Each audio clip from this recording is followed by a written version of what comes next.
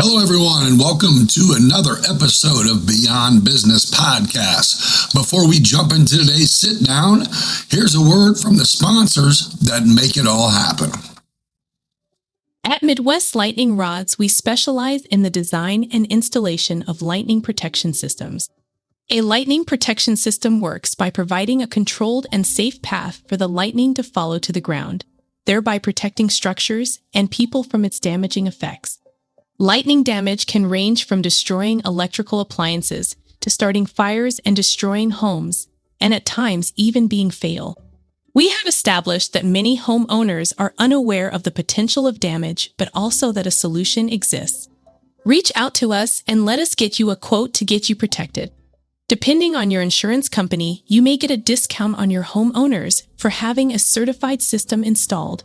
And either way, you will have an idea of what to consider to make sure you and your family, as well as all your stuff, is safe when Mother Nature decides to blow a thunderstorm our way, as she always does here in the Midwest this time of year.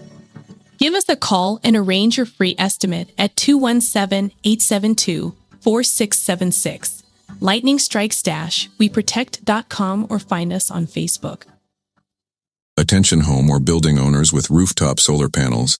It is your responsibility as the structure and solar system owner to clean, inspect, and overall, maintain your panels in order for them to maintain warranty and maximum energy production.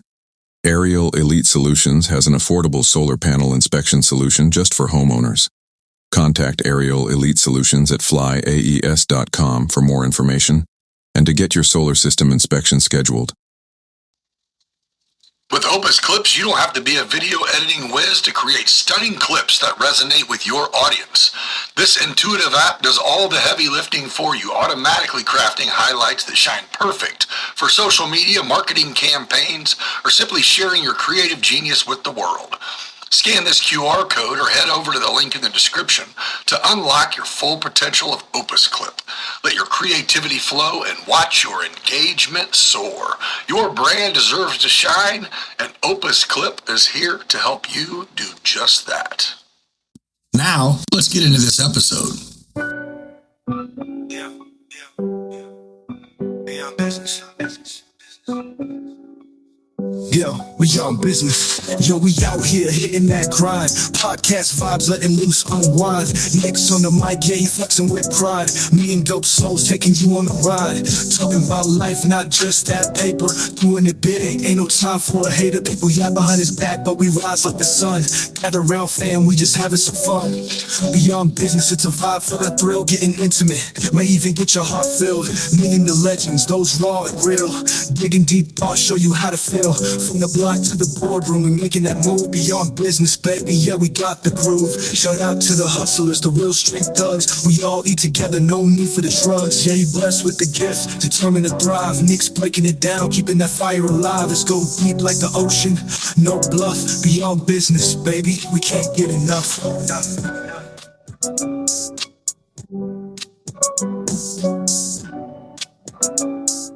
Hey, everybody, welcome to another episode of Beyond Business. Thanks for joining me once again, episode 63. Joining me today is a guy who's been a buddy of mine for years. I think we're going to probably cover how we ended up being friends. He is the head pastor of Trinity Church of the Nazarene, and he's doing some other stuff too, or he has been, and we'll get to that. But thanks for joining me, Justin Neufeld. Well, thanks for having me. Yeah, for sure. Yeah, you're one of the people all along that I'm like, I got to get this guy in here. Because oddly enough, I invited, I don't know if you really know the gist of it, but I try to get people literally from everywhere. I mean, any profession, anything. And I've failed at getting any kind of clergy. I got stood up. The only people who have literally stood me up, I won't say who they are. And then one I asked, and they kind of brushed me off about it. And then kind of full circle, it was they had watched a couple episodes, and I'm like this, like I've had like well, this is not really a good example, I guess, but the gals who, there's two ladies that started Best Friends Distillery, and Argenta. Well, they come in and they bring a couple of their bottles, right? And I kind of just keep, or a matter of fact, they're sitting out here. I kind of just kept them as a, cool. This is what they're doing.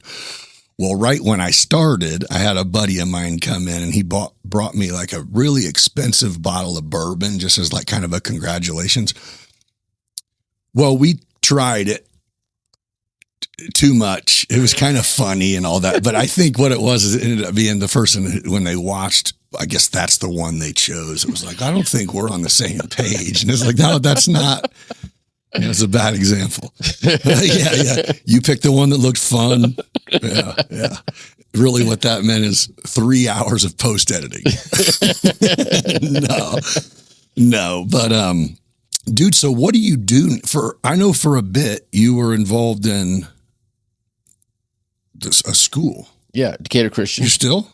Okay. So I was there when I was at, when I left D1 and started the head pastor at Trinity. I also became a teacher AD at Decatur Christian. And so I was there for probably about maybe 4 or 5 years. And then I left there and went into the public school system, which that was night and day from Christian school to public school. Okay. And I was there for... So you went in, when you say you went into it, you mean as a teacher? Yes. Yeah. So I was a long-term sub. So my first year really was the year of COVID when we decided to go online. Okay. You're like, perfect. Yes. Yeah. I don't need to be around kids. Yes. And then the last half of that year, they actually brought kids back into the school. Okay. So it was like A and B days. And then I was there for that in 5th grade at Dennis. And then I just kind of became just a teacher's aide a couple years ago in kindergarten. And then last year I went back to DCS. We're just trying to build that sports program back up. That's where Bella goes, and Ethan graduated from there. Okay. So, dude, this is going to be a ridiculous question, but where is Decatur Christian? So the funny thing is it's in Forsyth. Okay, because I've never known. Forever in my mind, I was associating it with, remember how LSA changed their name to Unity? Yes. Well, it's not even been that. I mean, you started this a long time ago, but in my mind, I was going, he's at LSA. I mean, I don't know why he's calling it that, or I don't know, maybe I'm calling it the wrong thing. And then I heard someone call it Trinity. I'm like, whatever they're called now. I just said it. DCS. Oh. Yeah. What is LSA now? Unity. Yeah. Yeah. To where I'm going, all right, well, maybe I just have the names confused. And then I'm like, no, Decatur Christian, something else. I don't even know where that building is.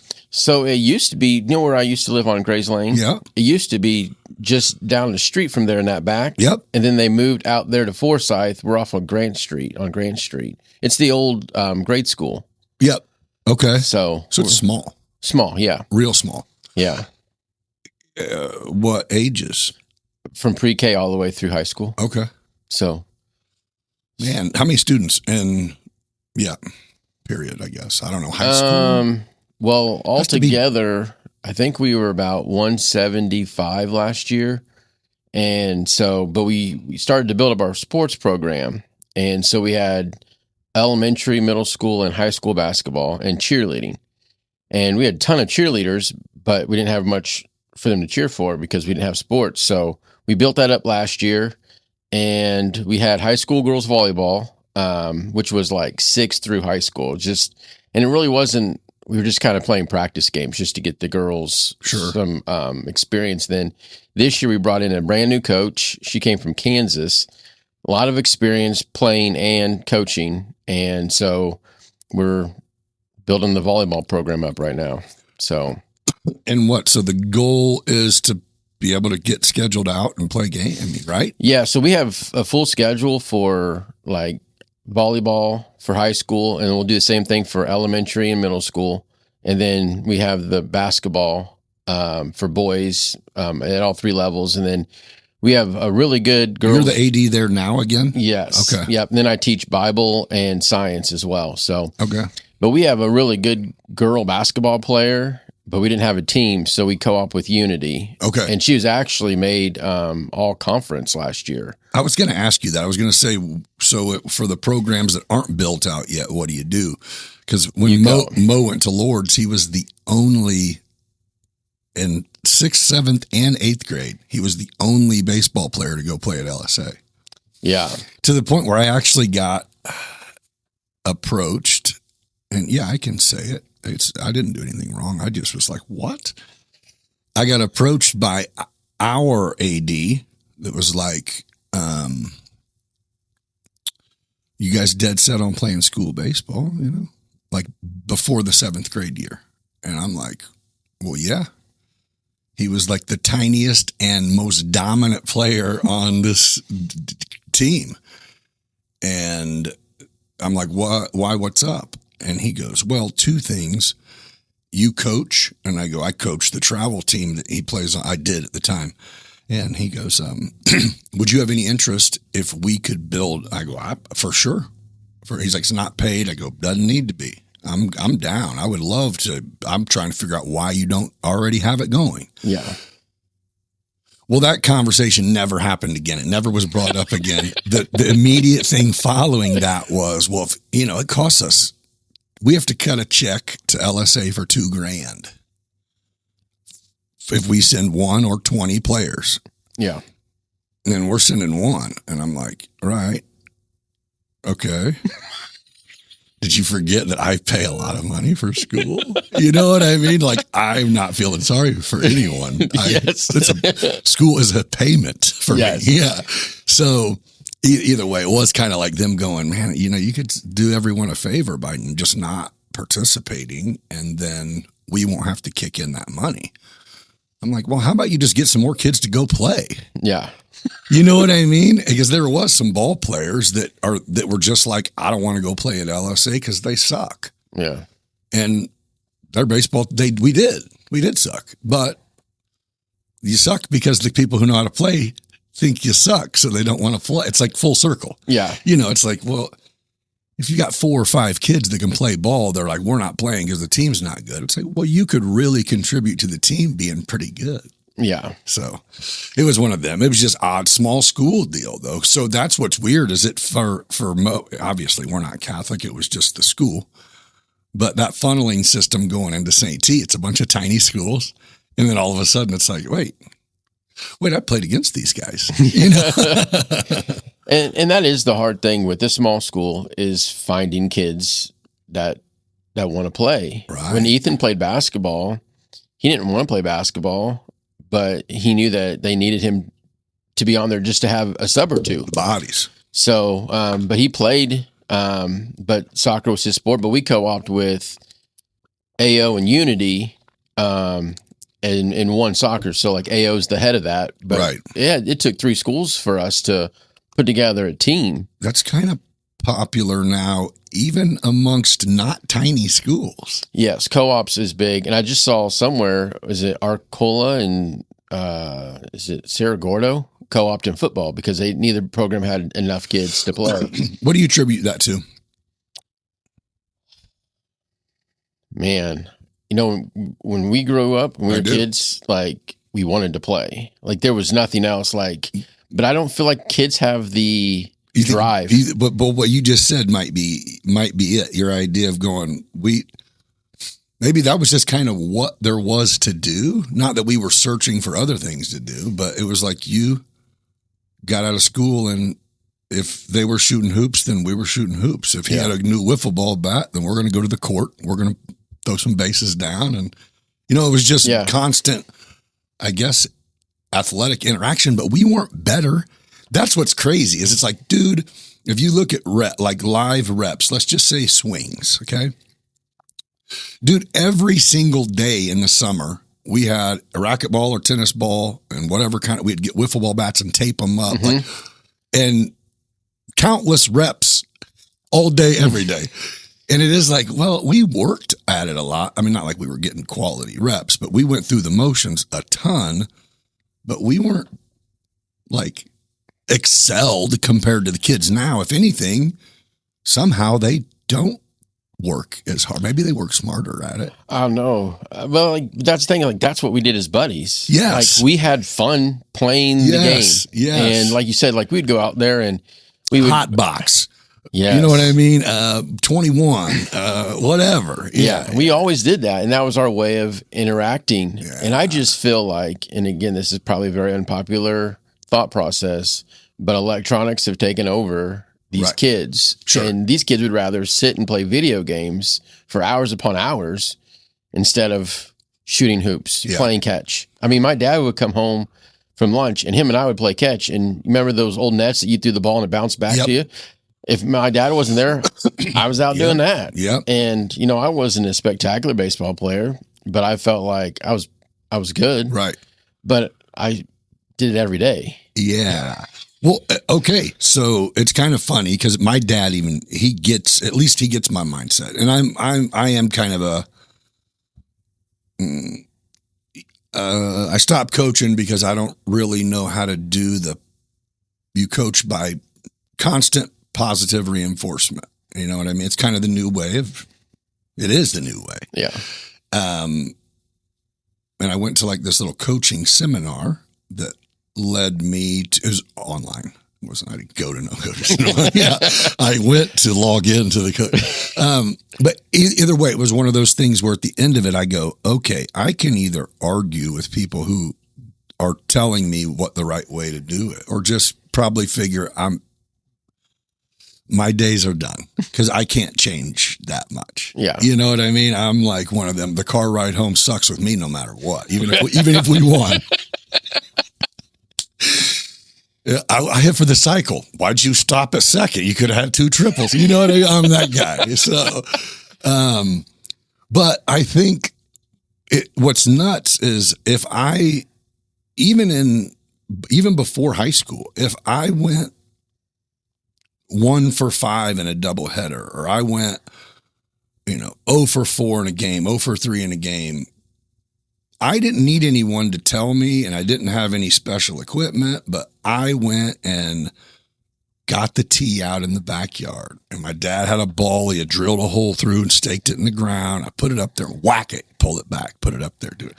I'd do it 100 times because I just didn't want that to happen again. I wanted my 3 or 4 spot in the lineup, and I wanted to hold it down and do my job. And so nowadays, whenever it's like, Mo will have a bad game or bad day, it's like, well, you had one last game. So what did you think was going to happen if you just go sleep on it? Yeah. And he gets it. You know what I mean? Yeah. Where he does it. It is like, I can't make you. And it doesn't. I mean, there's separation of, you've seen enough now that podcasts and everybody kind of has to expose themselves a little bit, like the Brady and the Kobe's and when you get inside their head, it's like, oh yeah, they're built different. Yeah. They were doing things different a long time ago. Yeah. You know what I mean? To where it is like, hey, so the conversation recently, Mo, 2 years ago, we just took him we decided Rampage was done.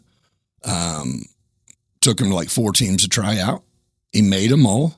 And then it was like, which one do you want? Pick the one that a couple of his buddies, they kind of chose one. Yeah. Springfield top tier. Good program, right? College exposure. That's was the idea. But last season, not the one that just ended, but the previous one, we go to some really amazing complexes, which again, back up our story. You can't put my son in anywhere in the world where it would be like, oh, we get to play here? Oh, no. Yeah. I mean, Bush would probably be as close as it got, or Wrigley, but it's like, yeah, but we play in minor league parks and at college stadiums regularly. Okay. Regularly. Like, I'm amazed, but it's like, dude, you guys got sunken dugouts. They got screens in them. And it's like, yeah, that's what the last ones had. And it's like, oh, okay. My bad. Lame. Yeah, this is lame. They didn't have their own bat holder. That sucks. It's like, what? But so we travel around and get our butts kicked. At the end of the season, we were at 500. So I'm like, Midwest Rampage, I would have thought from how we interacted with our team that we were below 500, but we look back and it's like, oh, we're like 30-10. You know what I mean? We were winning. But so I tell Mo, I'm like, hey, what's the plan? You know, there's no roots here. I mean, I kind of like it. I was like, all right, we come back, just finished 4 games under 500. And I'm going, okay, so, and I feel like this is the day and age where you almost maybe have to have this conversation. I never had it, but it was like, hey, dude, he's very academically inclined. Like, I'm probably not going to have to pay for all of college no matter what. Yeah. I hope. College is expensive. Yeah, it's like, I need him to stay on track. But if he wants to go to college, I'm not going to pay. I'll teach him how to get a loan. I know that. Yeah. No. But he's, I just had the conversation like, dude, do you want, I mean, you're going to sophomore year of high school. Do you want to play college? Is there any thought in your mind of college baseball or what, or where are we at? You know, because I mean, the approach, of course, is different. And I mean, from entry to throughout the season, I mean, our last tournament was 5 days in the Dells. Oh, yeah. Weekend tournament that started Tuesday night. Oh, There's no bus. There's no team bus. Yeah.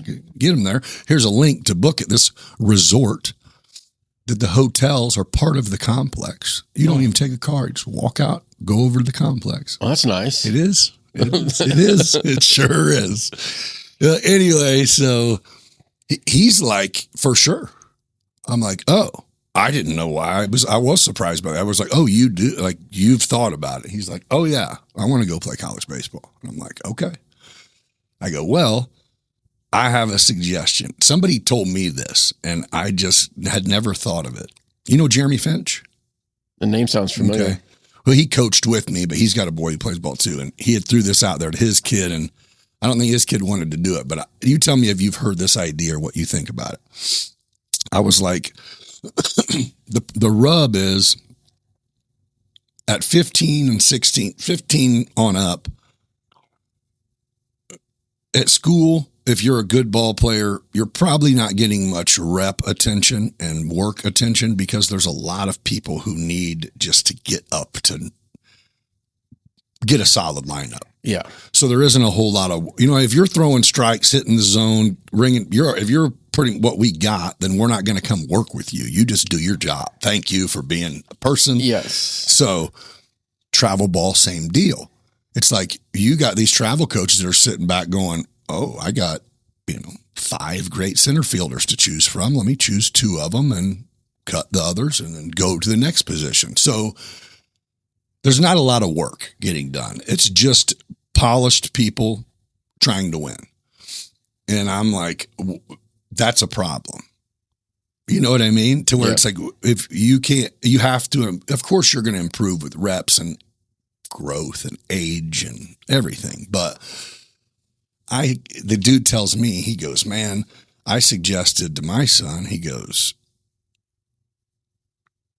take the 4 or 5 grand we're dumping into this and pick 7 solid college baseball camps that last 3 or 4 days and go, we're going to take our own tour. We're going to go work with, you know what I mean? Yeah. So at the end of it, and that's what Mo, I was telling him about it. And he's like, yeah, but like no actual live reps. And I'm like, well, at the end of every camp, it's a showdown. That's what all of them are. Yeah. You know, so, and let's revert back.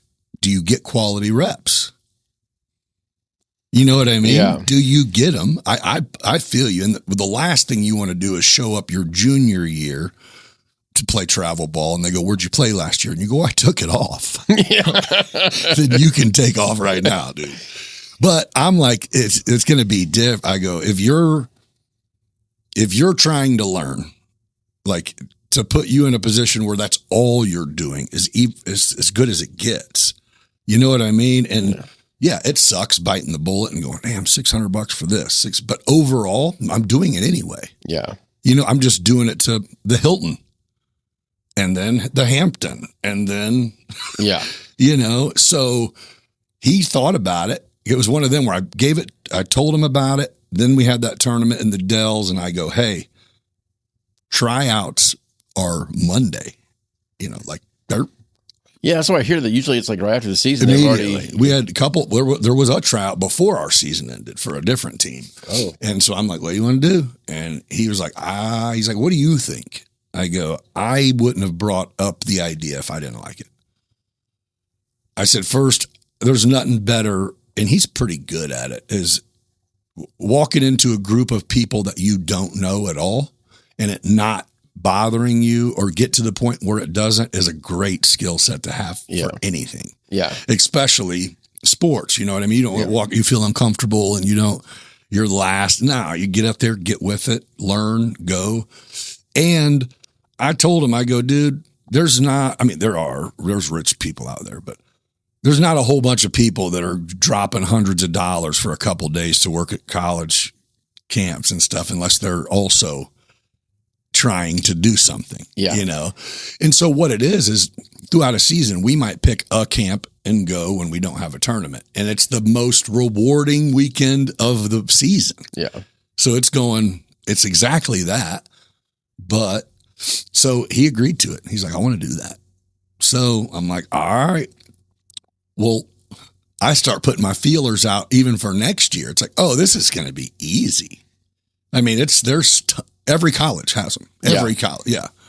So you want pitching, you want hitting, you want both, you want a specialty. Yeah, I actually just signed him up. He's going to be playing the next 5 Sundays. He's in a high school wood bat league at Milliken. Oh, okay. Yeah, it's kids from all over the area. Oh. Don't even know who your team is. You just get it in. Of course, pay $400, but either way, I mean, it would be exciting. But I mean, again, I've always been a realist to where it's like he started varsity. What more do you want? You know what I mean? Yeah. Great. But other than being able to tell you don't feel as good bragging about starting varsity when someone is at your game because they see your team. Yeah. Yeah. Yes. It's where it is. I mean, I just go collegiate athlete. It is different. It's different. I mean, I haven't been there, but I'm just saying it is another level of, I don't know. It's just crazy to have that little guy already in the zone to where, I don't know if you've seen him. He hit a growth spurt.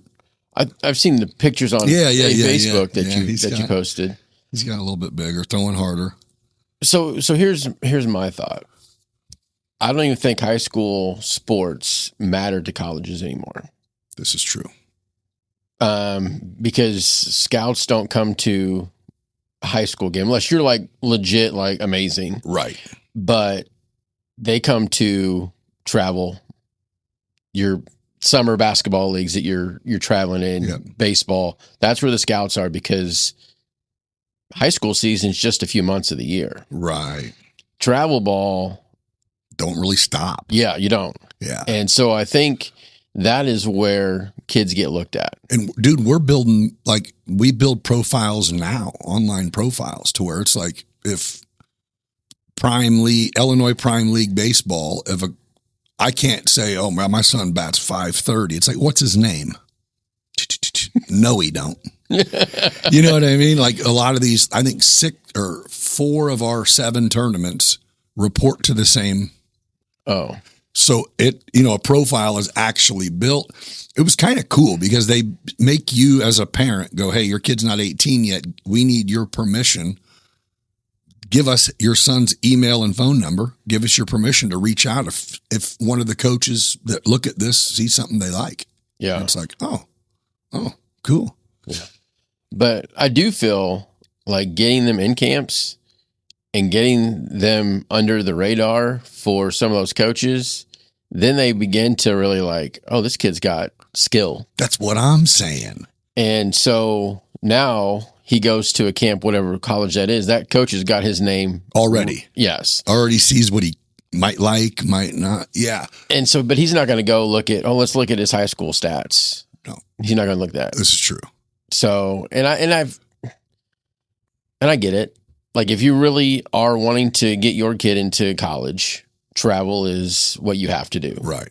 I mean, my boys in our basketball league, I coached middle school and elementary last year. Right. And so our first game in elementary, we scored 1 basket. And I was like, oh my gosh, this is going to be awful. Yeah. But you know what? We had a conversation afterwards. I said, how did that feel?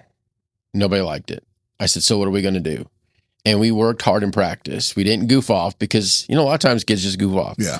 But the kids in their mind said, I don't want to get beat that bad anymore. There was a goal. Yes. Yeah. So we worked at it. And I think we ended up maybe winning 6-7 games. Well, and it's that's a lot compared to 1 basket. So you're like, oh man, that first game was that realization for our kids is, okay, we want to get better. Right. And even our high school team, we were all freshmen and 1 sophomore, and we're playing juniors and seniors. Right. And I told the kids, I was like, listen, you cannot base probably this year and this upcoming season, because you're still the young guys going against these guys that have been playing for a while. Right. They got 1 sophomore. Yes. We got maybe 1, but the rest are freshmen. Yeah. So it's just like, it's a process. For sure. And so I was like, but by your junior and senior year, the expectation is we're winning games. Right. Like this year, you want to be like, okay, we won 1 game last year. We want to get better. And now maybe you win 5-6 games. All right. So now we showed that we can do it. So how hard are we going to work? And this year I did something different. I did conditioning all summer long on Tuesdays and Thursdays, and it was hot. We don't have any air in our gym. Okay. And so these kids are running, they're learning skills, they're practicing dribbling, they're shooting. And it's these reps that you're doing. And I was like, and I can already see an improvement in some of these kids. Right. But then you have some kids that don't show up. And you're like, if I'm on a team, especially a basketball team, I'm like, we're going to get together and we're all going to show up and we're all going to get better together. Because it's not fair if half the kids work hard. Right. And the other half is like, we'll show up for season. We'll be up. Right. You're not in shape. T.O. Yeah, you're not. Yeah, you're not in shape. Like you're not ready for that. And I think having that drive, and so like with Mo, having that drive to be better. I want to play in college. He's going to go to these camps at colleges, and he's going to put his best effort in. And that those guys are going to be like, oh, this kid's got a great effort, and he's got skill. Right. He's like, that's what I'm looking for my team. Well, it'll be interesting to see how it pans out. It was one of them again. It kind of got through at me, and I was like, that's freaking brilliant. To me, it was like, if his mom will be on board, and so he'll be driving next year. Oh. So it's almost even like, hey, this one's in Edwardsville. We'll come see the little scrimmage on Sunday, but, I mean, once he gets to a comfortability point where it's like, go. I mean.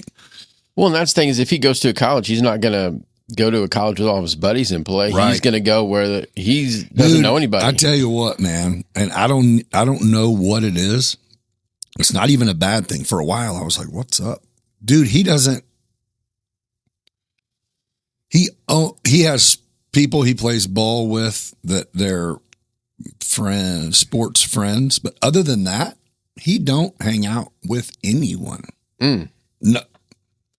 I mean, I still dig. I mean, if it's like, hey, you want to go to a Cardinal game? Yeah. You want to bring a buddy? He's like, I'd rather just go with you. It's like, that's what I'm talking about. You know what I mean? I was trying to make you have more fun. But but he's like, nah. So I don't know. I'm like, knock on wood, because I'm one of them that's really been, and Jason Kirby put this in my head. When Taylor was a freaking 11, whenever it was like, when I'm like, dude, you're building a monster. She's over there just slugging the softball, gonna go to Mizzou, and it goes, oh, I'm not celebrating until she's there. It's a boy or a bad choice away from everything that we've worked at getting ruined. So I don't know. Yeah.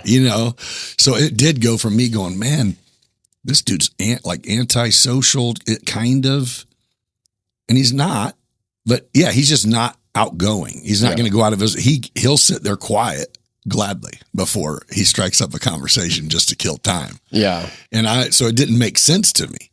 It wasn't good or bad. It was just like, what? And Yeah. So now seeing it, I'm going, limited distractions. I can go with that. I kind of dig it. Yeah. I think that's it. Is I'm going, what's the catch here? Everything I thought I was going to have to really dad up on is like, some people just are not jackasses. Sorry. Oh, okay. Fair enough. But yeah, so yeah, it's a blessing. That's so cool to see him at the age. I mean, to where it's like, dude, man. And I'm still kind of cool. You know what I mean? It's not like, hey, you're to the age where you're kind of an adult. Now you're a smart aleck. And now you're, no. Maybe it's because he hasn't got a car yet. I don't know. But well, I mean, Ethan is like that. He didn't have to go hang out. Yeah. And he would be okay just hanging out at the house. And that's great. We just know so many. I mean, that was me when I was old enough to, and I think my parents were on board with that. Like, you can go. Yeah. You know, before I had my license, it was like, it's daylight. Why are you up in the house? You know, what are you doing? Yeah. Well, we just got back from vacation, and like it was just us four. Oh, and it was just nice to have that four. Like, we gave our kids the opportunity. You want to bring somebody? And they're like, no, let's go. I was like, well, okay. That is the bomb. Yeah. You had to hang out with your mom and I. Like, how cool is that? But he's also very social. Like, he loves to talk to people. Right. But like, he may not go out of his way. Sure. But like, what's he do now? He's finishing up his last semester at Milliken. Okay. So what's the plan? Does he got one? No. I think. What was his major in? It is, wow. Yep. College. Okay. Journalism, I think. Okay. But I think he's looking at maybe getting into ministry. Okay. So he helps leads worship at D1. All right. Twice a month. But I feel like that's where God has led him, like, for a long time. Like, he's just talented. He's got that skill level. Right. But I think because everybody expected that from him, he went the other way, tried to bucket a little bit. Yeah. Like, I'll still keep my foot in that little pot, but I'm going to see what else, because I mean, he's gone through a couple of different majors. Yeah. It was music, and then it was English, and then it's like journalism. I was like, dude, I mean, can't pick a new major every year. Right. But I think he said something to Marina the other day about maybe getting back into ministry as a full time. So, I mean, he's still young. Like, yeah. And I think that's the thing, is a lot of kids feel like, I have to have my life planned out by the time I graduate. No, you don't. No. And it is a little bit different. Even I think that was the goal whenever even we were younger, is, you know, we're in the generation where if you're, you know, our friends' parents and stuff, if they were working at CAT, ADM, Firestone, Tate all day, you know, and that was a score because you got a good gig. Yeah. Well, now it's almost like, well, when you get out of high school or college or whatever, work a few jobs and see what you get out of them. Yeah. You know what I mean? Rather than going, pick your career, stick with it, and full speed ahead. It's like, well, I mean, I know people who are not even 30 yet that have sold insurance a little bit, sold homes a little bit. And then it's like, really, they're just building their skill set. Yeah. You know what I mean? To where, yeah. Well, it's cool either way. Is Bella a good student? Yeah. So she wants to be a director. And I was like, kid, you still have a long time to figure out. Director of what? Movies. Oh, a director. Yes. She wants to be, she's like, if I had people now, she goes, I'd start making movies. I was like, well, we don't have any of the equipment. Does she like write screenplays and stuff like that? Or you're like, no, she wants to direct the ones that are She does both. Like she'll come up with scripts and everything else. Yeah. She loves that kind of stuff. And I was like, that's actually really cool, man. Yeah. So that's her plan, is to go to school for that. And I was like, all right. She likes the idea of being like a little bit behind the camera work and all that stuff, huh? Yeah. She likes being boss. Oh, there you go. I think that's a gender thing. Yeah. I don't know if I should comment in agreements on that, because I might get some comments back on this podcast. You're like, well, yeah. We'll just say, okay. Yeah. But she's growing up way too quick. That's what I'm like. That's seeing her as one of them. Dang, time sure does not pause. You know what I mean? I see my own kids, so but yeah, you see one that you're like, do you even know who I am? It's crazy. You're a adult young woman. This is nuts. Well, that's like when we started Upwards. Yeah. And seeing those kids from that first year. Yeah. And I walk up to them like, what the heck? Yeah. Like, you used to be tiny. Now you're bigger than me playing high school ball. Yeah. And I'm like, oh my gosh. Okay. So when I met you, you were, I think our common interest was probably Rotary Fields playing softball. Yeah. And you, I believe, worked for the Park District. Mm-hmm. And how did you go from, was it like going from a job to a calling? Or when you first got into working at the church, was that also, it was like, because it was in like the sports realm that you originally came to D1 with Tim, right? Yeah. And was it kind of like, no, it wasn't a calling, it was a job offer? Yeah. Or I don't know what. So when I went to Olivet, when I first started, it was youth ministry. Wait, so back up. Before, when you got out of high school, yes, you went to Olivet. Yes. Oh, so you had roots in the Nazarene. Okay, yes. See, I didn't know that. Okay. Yeah, so. Where'd you go to high school? Danville. Oh, I knew that too. That's right. But after a couple years, some of those classes for ministry was like, wow, like, no, thank you. Like, terrible. Hard? Yes. Theology type stuff? Yes. Yeah. And so I took a year off and then went back, and that's where I got my sports management degree. Okay. So I had ministry and sports. Okay. And so I did my internship here at the Park District, and the lady that was in that position had just left. So Karen Benjamin and I worked together that whole summer of doing softball leagues and volleyball leagues and all that. And so after my internship was up, she's like, hey, you want the job? And I was like, yeah, I love it. Being at Rotary Park every night. Like, I was single. Sweet. Dude. Like, playing softball every night and working like awesome. Yeah. And so I'll make sure the fields are in good condition because I'm playing on them. Yes. Of course. Yes. And I mean, at that time, we had over 100 teams playing. Dude, like, it was awesome time. We had Quannas, Torrance, Fansfield. Like, we were playing extra plus on top of Rotary. Like, it was crazy how much people loved softball. Right. And so about after 4 or 5 years, Tim Crump came up to me and he's like, hey, just trying to get some ideas from me. And I think he intentionally did that because he got me thinking, because he was like, hey, I wanted to build up the community, like sports wise, like what are some things that we could do? And so him and I had multiple conversations. Then he's like, hey, he goes, what if you came on staff as our community life outreach director? And I was like, well, I'm working the Park District. But then I was like, okay, so that's just kind of where I was at. I was like, all right, I love both things. And just felt the Lord leading me to the church. And so that's when we learned about Upwards and started the Upwards program. Yeah. And I mean, they've done a good job of growing it, because now I think it's like up around 300 kids. Yeah, I would say they would be a lot of you. Well, it was fun starting it, but I mean that's how but I'm saying to take it from nothing to being a rough start behind the scenes, because nobody knows till you do it. Yeah. To going, oh, wow, killing it. Because it was me and Patrick and Mickey. Yep. We went and we were going to think, well, we'll start next season. And Tim Crumb's like, no, we're starting this now. And I was like, what we just went through, there's no way that we can do this in that time. But I think we started with like 90 kids. Yeah.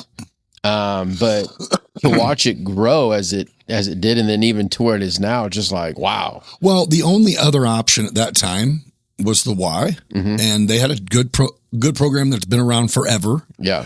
So I think that's what would make it difficult, is there's already something. Yes. You know what I mean? So to even start with almost 100 kids is a ton. Yeah. I mean, and that's how it grew, was just through the word of mouth. Yeah. Like, people are like, man, this is a great program. Like, right. You're teaching my kids skills. You're teaching my kids about Jesus. Yep. Kids are having fun.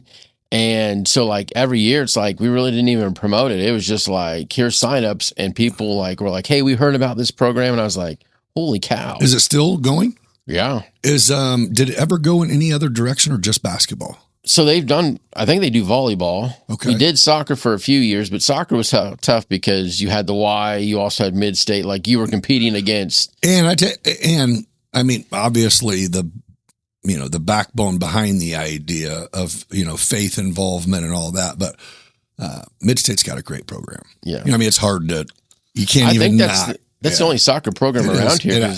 And they grow as needed. You know what I mean? They're massive now. Yeah. Again, it's a good program. Took a long time to get where it's at, but yeah, it's almost one of them where you don't start anything to compete with that. Yeah. You know what I mean? They're good, and they're good. So how, I don't know if you are familiar with Mid-State, but how they did it would be these kids are showing up, you're practicing. It's not your team. Yeah. It's just a bunch of kids doing drills. Yes. And then putting that together, it's brilliant. Yes. You know what I mean? At first I'm going, oh, come on. What are you trying to save a buck by having one dude coach 40 kids? It's like, no. We're making it so they can play on any team and know their job and it's like, oh. So Ethan played. Oh yeah, that's right. 1 or 2 years there, but he just didn't like to travel. He's like, if you're traveling, you're really taking it seriously. Yeah. And I think Ethan just was like, I just want to play for fun. Like, and he enjoyed getting to know some of the kids. He still, I think, sees some of the kids he plays with, but that wasn't his thing. Right. But he tried it. We did club the last year. It was travel. It was travel. It was pretty fun. But I think ours was once high school started, they try to get, like they'll start, if you're not playing basketball, then they start having workouts for baseball in the winter. And soccer workouts are right now every Monday and Wednesday, even though you don't have to go, that's what was funny. We kind of just hit on this is conditioning and camps, and you kind of expect everyone there. Well, my mom goes, well, hey, I heard her telling Mo, 3 or 4 weeks till school's back in. Maybe we can pick a few days and go do something, go whatever. And I'm like, hey, he's baseball next 5 Sundays, Monday, Wednesday, soccer, just for your scheduling. And she goes, yeah, but I don't think their school soccer right now is mandatory. And I go, neither is playing time. What are you talking about? Yes, it is. Yes, it is. It is mandatory. Like, yeah, you're not going to plan. Yeah. We're going to a water park today. No, you got to go sweat, bro. Yeah. Yeah. Well, and I think that's the thing now is the coaches are looking for the kids that are willing to spend their summer getting better. And so when you do that, it shows the coach, okay, he's in it. Yeah. Like his focus is going to be this. And that it is hot, but yeah, man, that's the nice thing. But I feel like soccer though, like I wish my basketball guys would go play soccer just for the conditioning. Right. Because if you can run up and down the field when basketball season comes, it's going to be a breeze running up and down. Because last year it was tough. Like there's times we only had 6 kids playing. And it's like, yeah, it's tough. When we're not conditioned, we weren't ready for that. And that's why I said, all right, this year we're going to condition. We're going to do some stuff. Right. We're only in control of so much. Yes. But us being able to handle it, we can be in control of that. Yeah. So we did that twice. And then, do you know Reed Sullivan? Yeah. He's coaching our high school team. And so he was even doing some open gyms. Yeah. Sullivan Contractors. Yeah. Yeah. So he's like, when season starts, we're not conditioning. We're going to be already there. So then we can start doing work. Yes. Yeah. And so I think that's just the thing is if kids are willing to say, no, I know it's summer and you want your summer. Yeah. But at the same time, if you're looking at playing collegiate level or you're wanting to make that varsity team, you're going to have to show your coach. Yeah. I'm in it I'm going to try to earn my playing time. Dude, it's transpires so much into real life, real world reps pay off. Practice makes you better. If you know what I mean? Yeah. I mean, it is. It's to where you go, agreed. There is a part of me that goes, well, man, it was nice whenever all of a sudden you hit 18 and you no longer have 3 months a year off. Like, that's amazing, though, to have that time. You don't realize it then. But, yeah, what do you want? Yeah, if you want to be better, the work doesn't ever stop because somebody is working. Somebody is getting better. And I think that's been the benefit to travel and playing some ball is we're showing up to places where everybody is your age. So if you see some people that are just like have your jaw on the floor at how much studs they are, they're not older, they're not more experienced, they're not. Yeah. They just decided, to where it makes your level of, wait, hold on, I can definitely get better, or I can definitely improve, Still, nobody likes to do stuff that sucks. Yeah.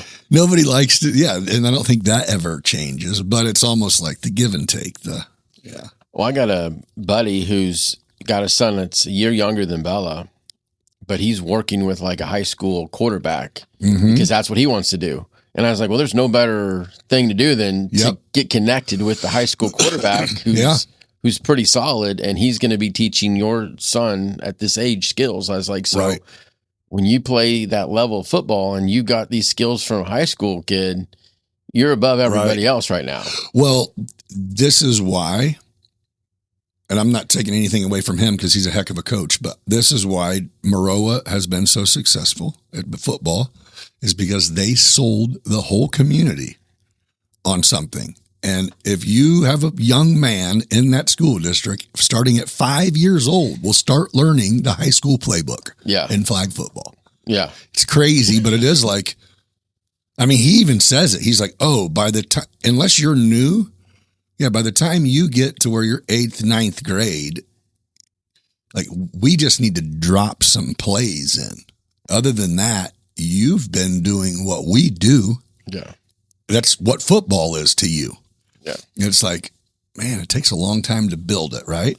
But once you get it built, if you keep it on track, it's amazing. He's proven that. Like, dude, every year after they went to the playoffs once, they've never not been. I'm going to interrupt this episode for a minute to tell you about the sponsors of the show. And here we go. At Midwest Lightning Rods, we specialize in the design and installation of lightning protection systems. A lightning protection system works by providing a controlled and safe path for the lightning to follow to the ground, thereby protecting structures and people from its damaging effects. Lightning damage can range from destroying electrical appliances to starting fires and destroying homes, and at times even being fatal. We have established that many homeowners are unaware of the potential of damage, but also that a solution exists. Reach out to us and let us get you a quote to get you protected. Depending on your insurance company, you may get a discount on your homeowners for having a certified system installed. And either way, you will have an idea of what to consider to make sure you and your family, as well as all your stuff, is safe when Mother Nature decides to blow a thunderstorm our way, as she always does here in the Midwest this time of year. Give us a call and arrange your free estimate at 217-872-4676. Lightning Strikes WeProtect.com or find us on Facebook. Attention home or building owners with rooftop solar panels. It is your responsibility as the structure and solar system owner to clean, inspect, and overall, maintain your panels in order for them to maintain warranty and maximum energy production. Aerial Elite Solutions has an affordable solar panel inspection solution just for homeowners. Contact Aerial Elite Solutions at flyaes.com for more information and to get your solar system inspection scheduled. With Opus Clips, you don't have to be a video editing whiz to create stunning clips that resonate with your audience. This intuitive app does all the heavy lifting for you, automatically crafting highlights that shine perfect for social media, marketing campaigns, or simply sharing your creative genius with the world. Scan this QR code or head over to the link in the description to unlock your full potential of Opus Clip. Let your creativity flow and watch your engagement soar. Your brand deserves to shine, and Opus Clip is here to help you do just that. Now, let's get into this episode. Build it, right? But once you get it built, if you keep it on track, it's amazing. He's proven that. Like Dude, every year they're after they went to the playoffs once, they've never not been. Come on, man. It's like, wait, what? He goes, yeah, like 11 or 20 or whatever it was. It was just like, you don't ever stop playing at the last game. He goes, no. For sure, no. And it was like 2A school. Yeah. I mean, that's saying 90% of your males are football players. Yeah. If they don't play an instrument in the band, then they're in football. I mean, I think that's how it was back in the day. Well, and I think you got people that are willing to move. Yeah. To be part of that. Well, so he goes, so Ant's, however old Ant is, 22, something like that. So 6 years ago when he was a freshman, or Kyle was a freshman, I remember going track meet, check him out. He was doing triple jump or something. Wade Jostis was in track, and Josh was just a spectator. That was his spectating sport. The next year, he took over as track coach because he's like, I'm going to be here anyway. And they broke so many state title records at Maroa. It was insane because he goes, oh, if you play football and you don't play baseball, you now are a track athlete because I'm the coach. So he's like, yeah, everything. And it was like, kind of makes everyone want to get more involved and do better. And it is contagious. I mean, dude, we did the Friday Night Flights thing where we go do live stream with a drone from different conference matchup throughout the state, throughout football season, all over. It's kind of like your school gets this, you know what I mean? And so we get to see a lot of teams throughout the state get introduced and what their Friday night lights consist of. Dude, Maroa is like a event. I'm serious. It was like the second Friday in the season. It was September still. There was nothing. It was just a game. Dude, it was freaking fireworks. They're busting through bands going crazy, crowd. And I'm going, what the? Oh, so these young little kids on the sidelines throwing football back and forth, the kids, they can't wait till they get to take this stage. Yeah. You know what I mean? Where it's like a privilege to get to. And when I said that to Justice, he's like, that's the idea. You know, you do have it to where so expectations are the same even. Like, so my way is also every coach's way, all the way down, you know, and it's like, it's genius. Well, I'll tell you what, their baseball program is top notch again. They have good rate volleyball. Yep. And so it's just like, it is contagious. When you start seeing how winning does in one program, you're like, well, I want that for my volleyball. How do I get that? For sure. Yeah. So yeah, it's cool. I mean, sports is, even in like the business world, anything, just competitiveness is nice to have or whatever. The thing to know you have to go do this to be able to make this happen. Like I have to practice this to make that. I love that. You know, it's, action and motion where you can see your work pay off. That's huge. Yeah. You know, well, and it's proven. I mean, you look at anybody who goes to college to, as like a pitcher. They don't magically throw 7 miles an hour harder. No, they just finally have someone showing them how to use their body, you know what I mean? But all right, this has been like nothing but sports podcast here. I love it though, dude. I freaking love it. That too. I love it. Okay, so whenever do you take any credit at all for starting Upwards, or you're like, no, I just followed instructions? I just said, like, if people ask me, like, were you part of it? I'm like, yeah, I was a part of it. But well, I only ask you that because to me, you did start Upwards. And so I'm like, is that what makes you feel like when you looked at Decatur Christian or even Decatur Public School, is it Decatur Public Schools, were you involved in sports at all? Okay, no. So when you look at, like, you're growing the program now, are you like, well, I've done this? Or is it like, no, I haven't. I'm not. Or is it like you're like, it's completely different? I think Decatur Christian is completely different. Okay. Because like your pool is much smaller to choose from, I feel. Oh yeah, you're not out there telling people to, hey, bring your kid to. Yeah, because if that's the case, then you got to pay money to be a part of that.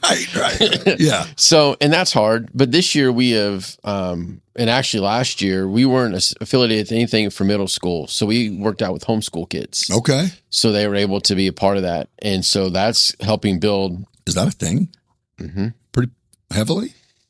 Yeah. Okay. So there's 3 big homeschool groups in this area. Okay. Arthur Christian, if you look at most of their sports, it's all homeschool kids. All right. But like IHSA has changed it because it used to be that kids had to take 5 classes in order to be part of your team. Gotcha. Well, that doesn't work real well for homeschool kids. They have their own schedule, but now they just have to come to one class. So they can come take PE class. And that's their class. But they have to show up to school every day. Mm-hmm. Oh. So now if you're not affiliated with IHSA, then it doesn't matter. So like Arthur Christian, I believe, is like they're not a full member. Gotcha. So they can balance that a little bit different. So like instead of being able to play in the IHSA tournament, they've started their own Christian tournament at the end, which is the same thing. And there's multiple, like I think it's like Nashville. There's one in Ohio that's kind of like an IHSA, but it's like for non-school attendees. Yes. Okay. So like there's advantages of doing that. It's like, okay, we last year for basketball was going to get paired up with Warrensburg. That would have been fun for anybody. Right. And they ended up playing, I think, Delane Weldon and beating them by like 70 points. And I was like, that was supposed to be us. Sorry we missed that one. Yeah. Because they asked, like, you guys want to be part of it? I was like, there's no point. Right. This is humiliating. Yeah. Right. So we're just going to end our season and just be done with it. Right. So there are options now. And now I think even IHSA passed, which I'm not for, that you can transfer twice through high school without having to sit. They're making it like college. So like you can you're going to start seeing high schools put together super teams. Is what's going to happen. And so it's like, oh, I can transfer from this public school to this public school and I don't have to sit out a year. I can just go play. And I could do that 4 times or twice. So that's a lot. Yeah. Well, if you look at the state football tournament, just about every school that won was private. Oh, really? Yes. And that's the bad thing right now is people are like, listen, private schools need to have their own tournaments so that we as public schools, because you can't compete when you're recruiting kids. Dude, that was back in the day. My whole life of St. Teresa was, if you, not at any certain sport, if you were a good point guard freshman at Warrensburg, you will be a Bulldog next year. A freshman starting varsity. Well, who? Holler has, I don't know what they did. I don't know how they did it. But it was like, oh, yeah, everybody ain't got a couple grand. But whatever. You know, I don't know. But do you think they should have a separate? But see, I don't agree with like Maroa getting kicked out of a conference because they were good. It's like, you got to take your medicine once a year. You don't play them every week. Yeah. You know what I mean? It's going, or like you're that dead set on not improving that it has to be their fault. That's crazy to me. Yeah. Like I get a scene back in the day if it's going, come on, man. SAT ends up with all the good players. Everyone but TJ Jackson went to, what's going on here? But I don't like, I like the idea of people of young adults being able to get income. I do like that. But I think NIL money is going to jack move the whole collegiate sports system because now it's getting treated like pros because you can transfer portals are huge and often. And there is no more going and building. Again, there's no more learning. You become the best to go to the next level until you get D1. And then by then you should be thinking you're getting looked at. Yeah. So I don't know. It makes sense, but it also don't. Yes. And that's the, like for college basketball, like NCAA, you're going to find a team that has 5 seniors that have been at the program the whole time. Right. And they're going to compete. Right. But for the most part, if you don't have the money, you're not going to have the kids. Right.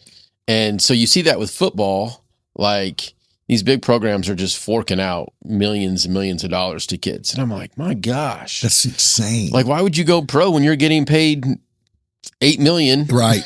Yeah. You're finishing up, you might go to the draft, but you also have 10.5 million invested from your junior year of college. Wait, what? I don't know. I feel like with that, like if this is the route they're going to go, they need to teach kids how to invest that money. Like and because if I'm 18 years old and I got 10 million, like I'm just going to blow it. So, Caleb Jump? Yes. Okay. He's a financial advisor, and he just recently started working with a couple college kids because it's kind of the same thing. He goes, even their parents are well-to-do, but they didn't have $200,000 in their bank account when they were 19. Yeah. So that your parents knowing what to do with their investments and portfolio is completely different than going, well, this ain't your parents. This is yours. Yes. Do you want this to, I mean, you look at I'm going to take a guess and go, most people, if they went and played, there's guys who went and played in the league for the major leagues for a year or two, and then real life came and they don't still have that money. No. That's been gone so long. Like, yeah, I don't know. I just think it's going to involve agents. Yes. Which isn't a educational institution. That is professional sports. Yes. Because you have to have an agent. I hate to say it, but unless you're going to sit here touching base with what school you should go to next, you're probably going to hire someone to do it for you because you're getting paid and you're good. And I don't know. I think it's almost like, did they have a plan or did they just decide this was a good move and do it? It feels like there should have been, like, you're adding transfer portals towards like, well, why don't you come up with a plan first? Yes. And then, and that's hard on recruiting. Oh, yeah. You can't say, well, we're going to build a program here when you're like, if we have a good year, 3 of you are probably going to transfer to a different school. Right. Right. Well, so that's what's crazy is I got the Milliken's new head coach, who he's just about to kick off their season here. And it is like, so if there was like a Milliken alumni that was like, here's $20 million for the football program, you could go get people. And he goes, yeah. Like, that's nuts, Yeah. But his point, which is valid, and this, there is millions of collegiate athletes. They're not all getting paid. There will still be, but it's like, yeah, but the ones that we're going to see play pro ball are in the category I'm talking about. Yes. Yeah, but there's still, of course, a ton of kids who would just like to get on a winning team and would like to be, but I don't know. I don't know. And I've used this one before it does suck that in 2004, the U of I made probably $10 million off D. Brown and Darren Williams and Roger Powell jerseys, bobbleheads, and all that, and they didn't get a dime. That sucks. But you know what I mean? It does suck going, everyone's wearing my jersey and I'm borrowing money for gas. That's just crazy. So I don't know what the happy medium, you know what I mean? Yeah. I don't know. My thing would probably be at best you can get 10 grand and a food card or whatever to make college easier. Yes. But yeah, it's like if you want to play for money, then you have to make it past this level. Well, and that's the thing is like, these are all levels. And I think it was the kid from Ohio State, their wide receiver this past year, like great season. Well, he got offers from multiple other colleges, like to outbid what he was making there. And I was like, it's a bidding war now. For sure. And it's like, that's exactly what it is. That's what I mean, where it's going. First of all, it's not, but their prime focus is supposed to be education. Yeah. You know what I mean? You do have to, even smart, great athletes know, hey, yeah, you can't be a dummy. No. Rich dummies don't stay rich very long. Right. I don't know. It is interesting. But that just means there was so much money just there because of these. I mean, dude, college football season is insane. It's wonderful. March Madness is beautiful. Yes. And I mean, heck, you get down like in Texas and these college stadiums trump most pro stadiums as far as capacity. You know what I mean? To where it is like. Well, I think in Texas, I think even high school. You got 60,000 fans. Like, what? Yeah. So that's where Billy Reebok, the new Milliken coach, he was in Texas for the last 14 years. Oh, was he? That's what I'm like, you came here, huh? Welcome to DK. He's like, no, I'm alum. I'm like, oh, you're from here. He's like, okay. Yeah. He's like, I'm back home. I've been gone for 18 years. That is crazy. Coming into it 0-20. I said, huh? No game wins? 2 years? He goes, no. It's okay. Don't need to ask why you got a job. He's like, it was me or the guy bagging groceries at Kroger. No. Well, no, it's crazy because that's when I go, well, man, will you win some games? And he goes, I plan on winning all of them. And I'm like, oh. He's like, yeah, we got 75 new kids coming. I'm like, wait, what? He goes, yeah. We got 75 brand new football players that are coming. And I'm going, oh, shit, you might actually win. Wow. He goes, oh, yeah, there's a plan behind it. And I go, you came. He goes, yeah. That's a lot of new kids. Yeah. Isn't Court Miller? He was a St. T kid. I think he plays. Britt? No, Court Miller. He's about Ethan's age. Oh. I do know who you're talking about. I don't know. I think because my wife was saying the other day that she ran into his mom and that he was playing football. Okay. But I know that I don't. You know, there's 130 kids on a college football roster. I know that. Because he's at 75. I'm like, well, what do you do with all the leftovers of that 75? He's like, that's not all of them. I'm like, wait, what? He's like, yeah, there's still 55 that are returning. And it's like, there's a ton of kids. Huh? That's pretty big for Milliken. I agree. Wow. Yeah. But yeah, he seemed to think, I mean, he had me believing him. I mean, of course you have to be. I mean, he moved his whole family for it. Yeah. Because he's never been a head coach, you know. And he goes, well, and I go, so, but you're under contract. It isn't like if you suck, he goes, well, you can invite me back if we go 0-10. I go, yeah, but you're not going to like it. Yeah. I'm going to pull up clips of you saying you're going to win all the games. Yeah. Isn't new AD, wasn't he a basketball coach at Milliken at St. T? Yeah. Noonan. Yep. Yeah, because they got, I'm trying to think what there's a new AD over there too. There's a new soccer coach this year at St. T. I don't know. I just get blown away by the lack of, or I guess it's exactly what we talked about earlier. The number of kids who even still in high school will go try something. Not discouraging it. I think it's great. But what? You just, what? I think I need a baseball glove. No, you don't. If you don't have one, you don't need one. No, I don't know, man. I just look at it. I freaking love sports, dude. I love competition. I love all of it. And I think it grows. Well, heck, I think a lot of my relationships were built on it.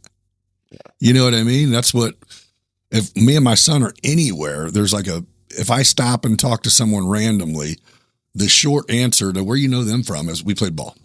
Yeah. You know what I mean? Pretty much that'll be where whoever it was, we played some form of ball together. Yeah. Well, that's like a lot of my connections are Rotary. Yeah. Like, yeah. Is it still popping out? Like, really? No. They only, I'm going to be honest. That's the hard thing is seeing where we were with that program to where it is now. Like, I didn't know fire ever left. I thought we just stopped playing. Oh no, it left. Well, all the young guys that were single are now married with kids, coaching, and they got teams. Yeah. Now the church league, so they only had 2 nights of softball out there. What? Yeah. All week? Yeah. Oh. Monday and Wednesday are the only nights for softball. Dude, that used to be every night and one night shoot to Hayes afterwards. Uh-huh. It's rough. We had 9 teams this year in the church league, which that's pretty good. That's but I guess the co-ed is also on Monday nights, but they just don't have the teams. But also, I don't know who else is going to hear this podcast, but the Diamonds are garbage. oh. Now they try to put new dirt out there and try to level it off, but they had a state tournament out there a couple weekends ago, and the teams played 2 games because the weather, you can't do much about the weather, Right. but you could, if you had turf diamonds, you're playing. Right. And that's what everybody's going to now. Oh, yeah. The complexes are all turf. If Rotary wanted to make money, Yeah. they would, and I know it's going to cost money to do it. Oh, but if you got turf fields out there, you're having baseball games, softball. Yeah. Every weekend. We go to them. Yeah. Yeah. It'd be really nice to have one. Yes. Where you didn't have to go pay for a hotel. Well, and yeah, that's just part of it. Yeah. Yeah. Well, the thing is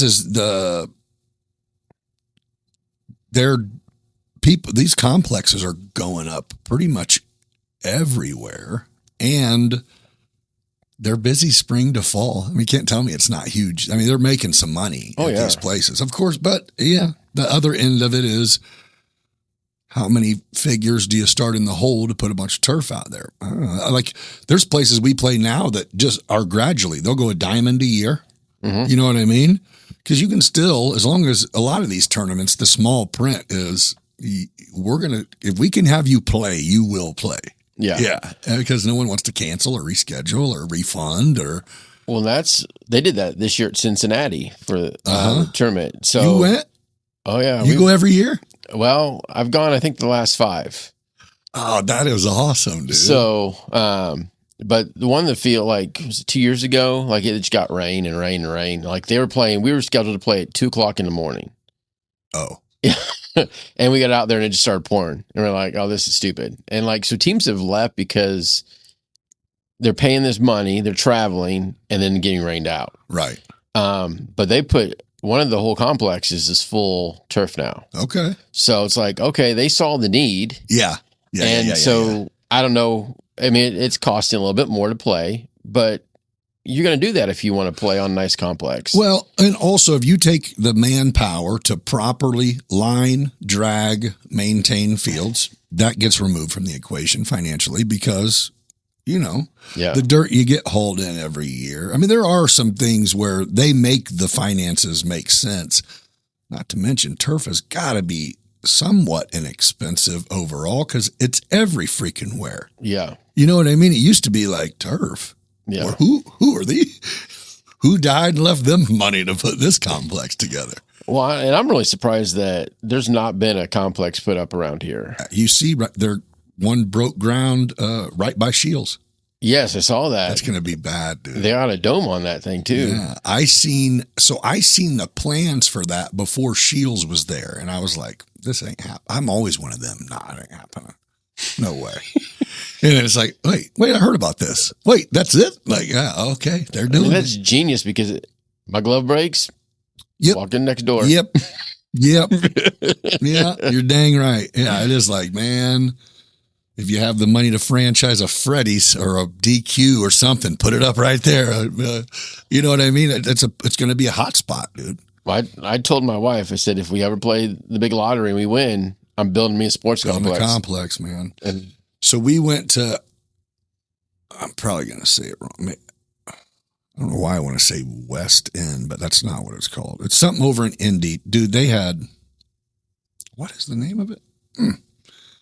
Either way, there was like 4 different okay, so if you can imagine a concession stand, 4 diamonds backed up to it. There was 4 of those. Oh. And then 20 turf soccer fields.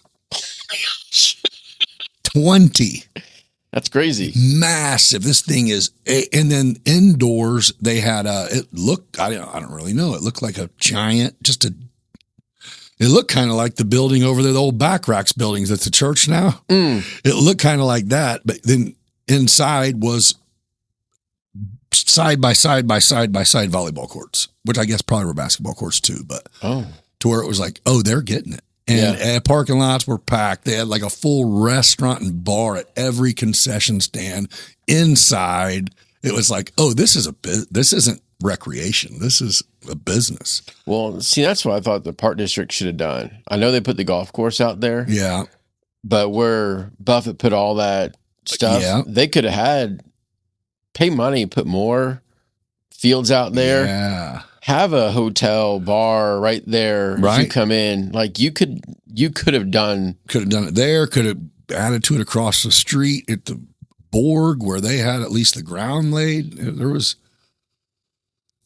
opportunity, but now, like, I think Rand Tool's got a really nice complex. Right, I've not been there, but everybody it is nice. Talks about really it. Nice. We even thought about playing there on a church league, but it's just one game. I was like, if I was going to play 2 games, I might be willing to travel, right? Then play here. Yeah. Is it Effingham or Mattoon? Let me see. I know Rand Tool. They got Chatham. They got Jacksonville. Oh, Mattoon. Yes, Mattoon does have one. Okay. Yeah. So it's like, Decatur's got to find something. Springfield's about to have one. Yeah. I mean, they're going to lose. I mean, any competitive softball those guys are playing elsewhere. Right. So, but yeah, softball season, it's just sad to see Rotary Park. See, I didn't know. Yeah, I had no idea that it was kind of just a fallen thing. I didn't imagine people ever getting sick of that game. Oh, yeah. Or I guess life happens too. But then again, it's going, hey, we were also playing with dudes who were in high school that would eventually be in the boat where they could come play softball. So I get it that people have kids and all that, but it goes, what about the next generation? Yeah. I mean, our team, shoot, I'm 44. I mean, Jonesy's still playing. Patrick's still playing. Really? Yeah. Really? Oh, that's great, dude. So we even had a guy on our team who's actually the former pastor before I was at Trinity. He's 70 years old, and he played this year. But it was fun. Okay. It was fun. We won the league, but lost in the tournament.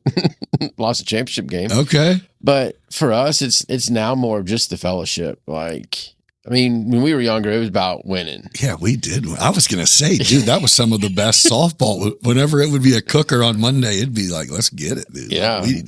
We will win. Yes. Yes. And now it's like, let's just not get hurt. Let's have fun. Let's have fun. Right. And so we go to Cincy now. When we get to Cincy, it's, all right, guys, we want to fellowship and have fun, but we came all the way here, so let's win. So 2 years ago, we finished second. We were actually the 1 seed. And then got beat both games in the championship game. I mean, we got murdered in both games. It's like, that doesn't feel very good. Yeah. Oh, again. Okay. Yeah.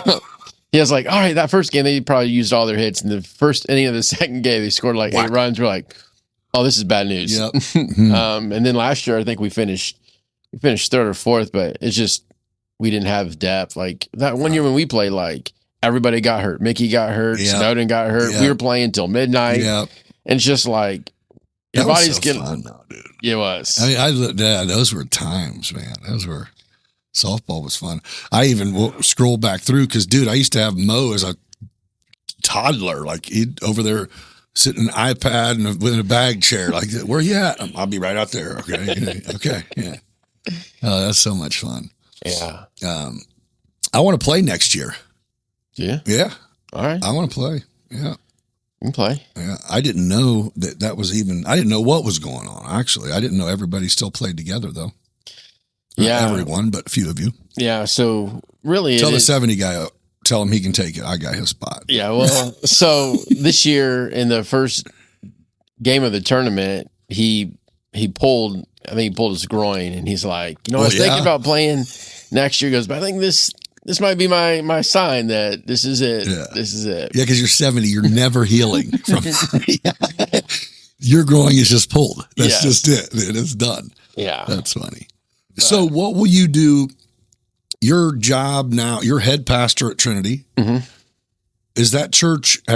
How long have you been there? I'm on year 10. Have you grown, maintained? Is the goal always to grow, or is it like, I don't even really know? Well, up until COVID, we were growing. Okay. And after COVID, it's been a challenge. Right. And I think it's been like that for any church. I kind of, full confession is I don't really go to church much since COVID, because I found a couple things I really, really, really enjoy that I found to watch. And I'm a pastor person. Like, you know what I mean? Like, I loved D1 Naz because I loved Tim Crump. Yeah. Not as as a person, but I also loved how he did what he did. Yeah. You know, someone talks a certain way and Yeah. I'm not even knocking who's there now. I don't even think I've heard her. Yeah. And obviously she's probably doing pretty good, but yeah, again, it was like after they started switching after that, I'm like going, man, I'm not a building devotee. And my parents, they love that church. Yeah. I'm sure you love that church. I mean, you know what I mean? But yeah, I'm one of them like, oh, I don't want to sit here going like, what time is it, bro? I'm talking about over this. You know, I don't like that. I like, you know. Yeah. You do that when you're, a kid and don't want to be there. Yeah. But either way. So most people did that. Like, you did church online. Yeah. It was safe. It was comfortable. Yeah. I don't have to get my 3 kids changed. We can just gather here. But the word versus fellowship is different. Yes. And that's the one thing that I miss the most is preaching to a screen. Like, that was weird to me. Right. But we were having 100 people that were watching the sermon. So it's like found a way to connect. Do you still stream it? Marina will video and then put it on YouTube. Okay. But the problem is just how do you get people that were comfortable during COVID to now come back in? Right. And so it's been a battle, and in all the churches, a lot of churches are still struggling with that. Like, right. We can't get people to show up, but they'll sit there and watch it online. But it is different, like being in person, like worshiping and fellowshipping. Like, there's something that just really brings about the service. Yeah. And so right now we're probably not growing. Like, we're maintaining where we've been for about the last year or so. And it's just like, I don't know. I don't have the solution. I mean, we pray, right, and that Lord would bring us more people, but I don't know. Like, it's just hard. Yeah.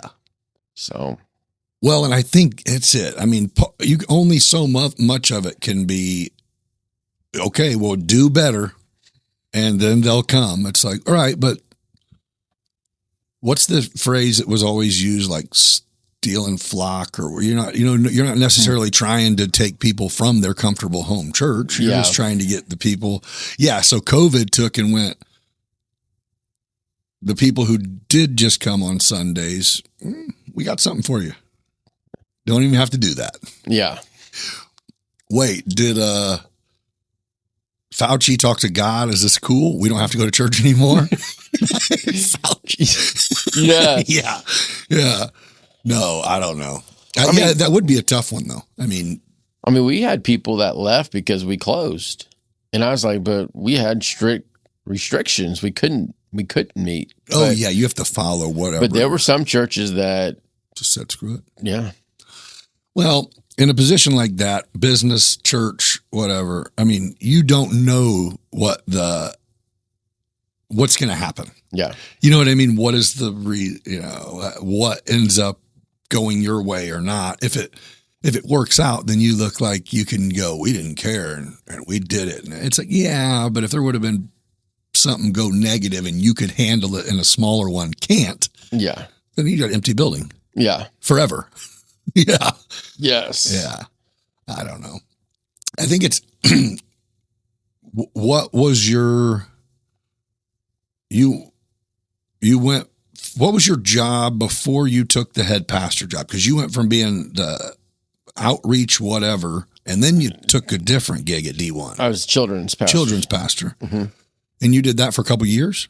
Yeah, I think 3-4 years. And during that, were you, does the position make you scope out other opportunities? Is that kind of how it goes? And then you just said, well, having your own church or being a head pastor, it seems like pretty substantial obligation or role or pressure, or well, I'm not trying to say it negative, but it's putting a lot on you to where you can only look up for answers now. Yes. You can't go to the head pastor. So when I was at D1 and as a children's, I never saw myself doing anything else. Right. Like I was just like, this is where we're going to be at.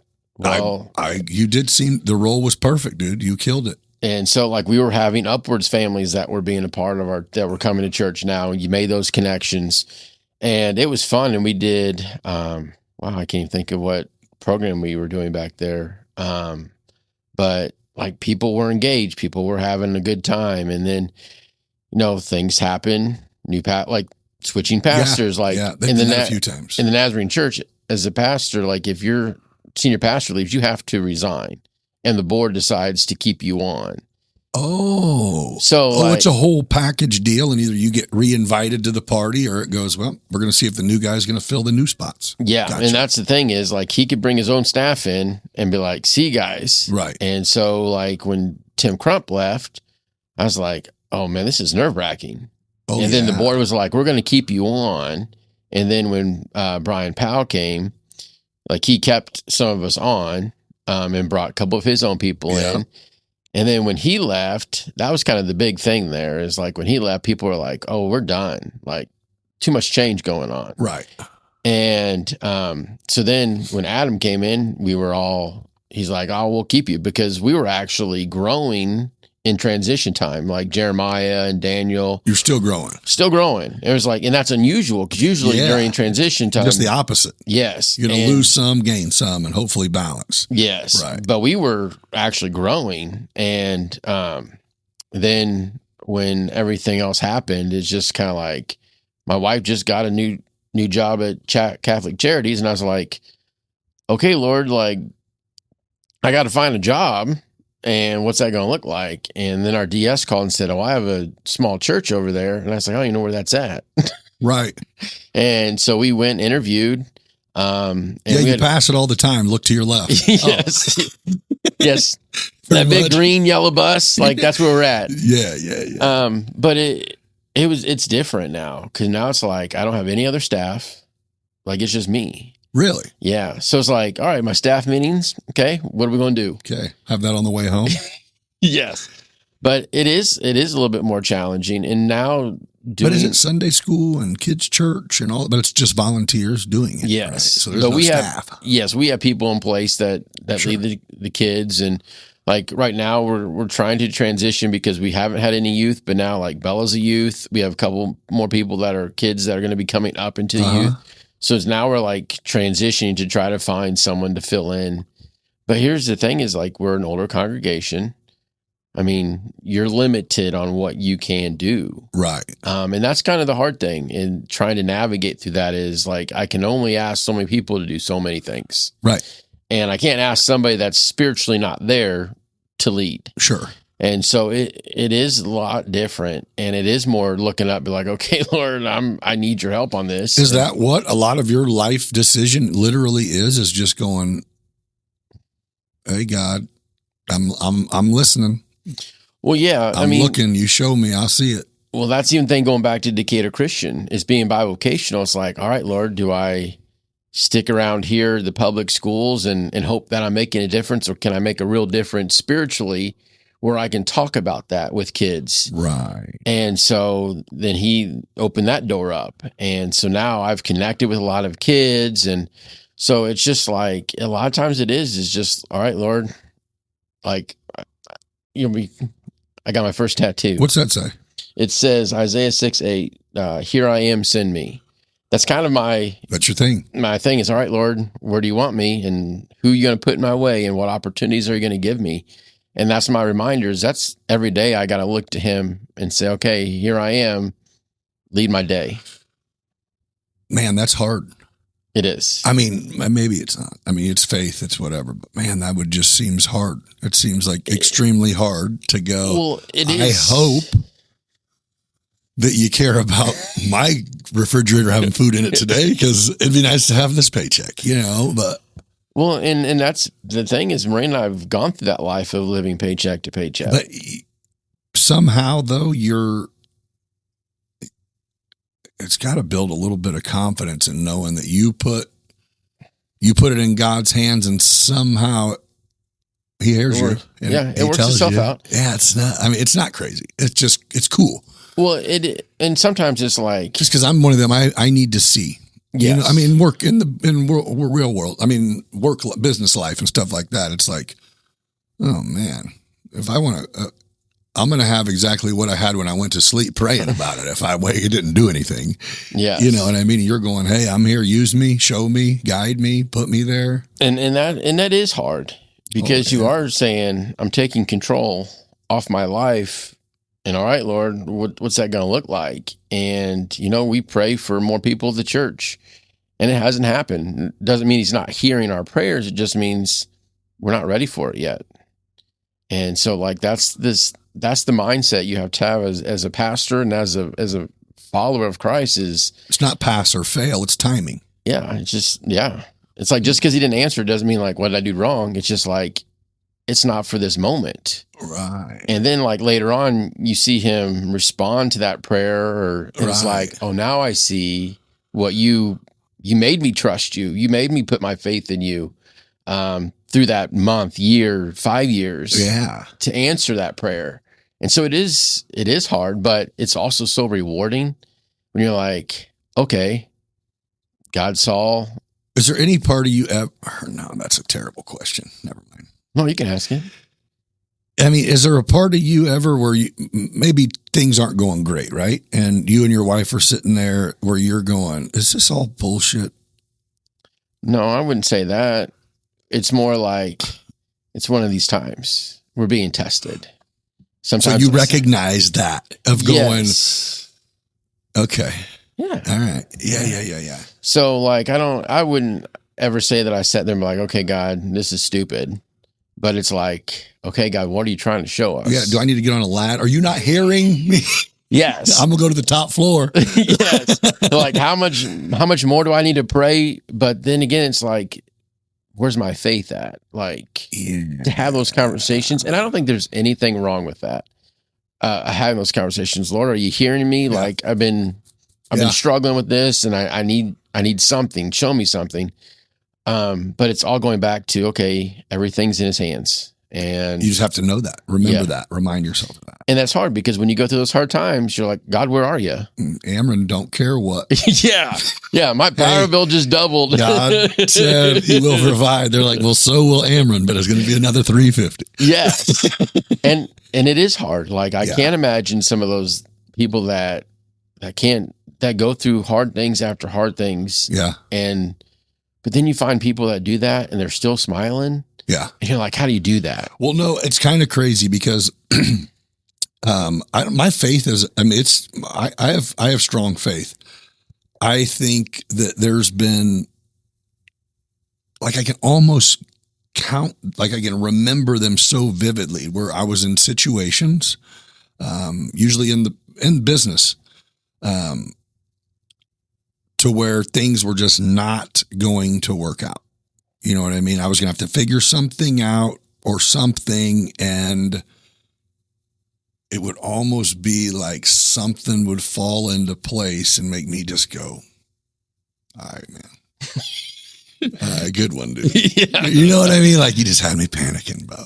Yeah. But I feel like that. Like my prayer conversations are kind of like that. Come on, man. You see me? Yeah, I love you. Everything you do. Help me out, man. Yeah. I appreciate my parents being healthy, my kids being happy, but I need. Yeah. Well, and that's the thing. I need a break. Yes.